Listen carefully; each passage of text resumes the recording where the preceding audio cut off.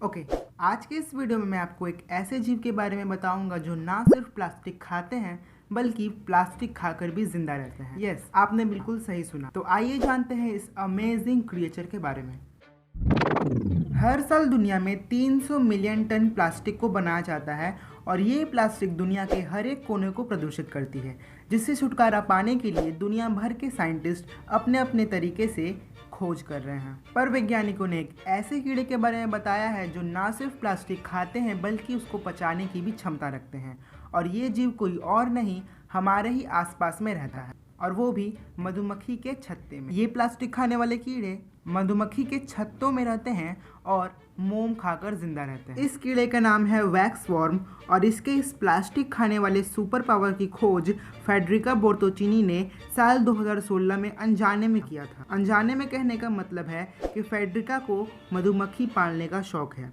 एक दिन वो अपने खाली टाइम में मधुमक्खी के छत्तों से इन वैक्स वर्म को निकाल कर एक प्लास्टिक में रख रहे, और जब उन्होंने कुछ घंटे बाद उस बैग को देखा तो उन्होंने पाया कि ये कीड़े इस प्लास्टिक के बैग के जगह जगह पर छेद कर दिए हैं और उसे अपने खाने के रूप में खा रहे हैं।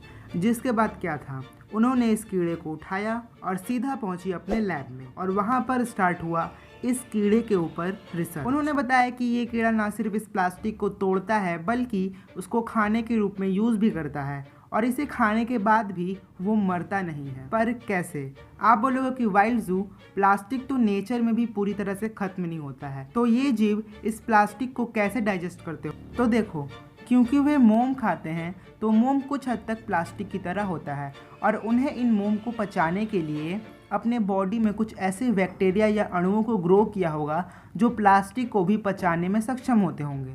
फेडरिका बोर्तोचीनी ने बताया है कि कीड़े या उनके शरीर में रहने वाले बैक्टीरिया में एक एंजाइम प्लास्टिक को भी भंग कर सकता है। रिसर्च में पता चला है कि 100 वैक्स वॉर्म मिलकर 12 घंटे में 92 मिलीग्राम प्लास्टिक को बायोडिग्रेड करने में सक्षम है। अब यहाँ पर एक सवाल आता है कि अगर ये जीव प्लास्टिक खा सकते तो इससे प्लास्टिक की प्रॉब्लम खत्म हो जाएगी?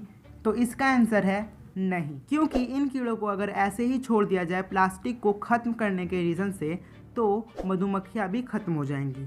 और मधुमक्खियाँ हमारे लिए इतनी इम्पोर्टेंट क्यों है वो मैंने अपनी पुरानी वीडियो में बताया है। और रिसर्च में पाया गया है कि जो कीड़े मोम खाकर जिंदा रहते हैं उनके जीने की शक्ति 92% तक बढ़ जाती है, और जो प्लास्टिक पर जिंदा रहते हैं उनके जीने की शक्ति 80% तक ही रहती है, क्योंकि प्लास्टिक उतने मात्रा में पोषण नहीं देता है जितना कि मोम। लेकिन बाई चांस अगर इस वैक्स वॉर्म को छोड़ दिया जाए तो शायद प्लास्टिक की समस्या खत्म हो सकती है, पर उसके साथ मधुमक्खियों की आबादी भी कम हो जाएगी, क्योंकि जब ये वैक्स वॉर्म जब किसी कीट में बदलता है तो ये मधुमक्खियों के छत्ते को नष्ट करता है और उनके छत्ते को खत्म कर देता है, जो कि कभी नहीं होना चाहिए। और इसीलिए वैक्स वॉर्म को प्लास्टिक की समस्या का इलाज नहीं कहा जा सकता। लेकिन वैज्ञानिकों ने कहा है कि आने वाले समय में इस जीव के इस खास तरीके का पता लगाकर प्लास्टिक को खत्म करने का एक बहुत ही यूजफुल तरीका ज़रूर लाएंगे, और प्लास्टिक को भी पूरी तरह से नेचर में मिलाने का काम करेंगे। अब मैं मिलता हूँ आपसे किसी दूसरे वीडियो में। उससे पहले अगर आपने मेरे ये वीडियो को नहीं देखा है